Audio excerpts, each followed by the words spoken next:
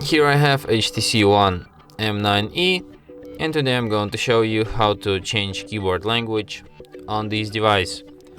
So firstly you have to open settings, then go to the language and keyboard, HTC Sense input, keyboard selection. Here you can see the whole list of the available keyboard languages. So let's pick, for example, maybe what language should I pick? Some language that is not like other languages, for example Greek. And now let's try to write something down in Greek language. And here, as you can see, now I have a Greek layout on my keyboard. Wow!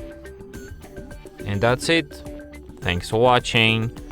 If you find this tutorial useful, don't forget to hit that like button and subscribe to our channel.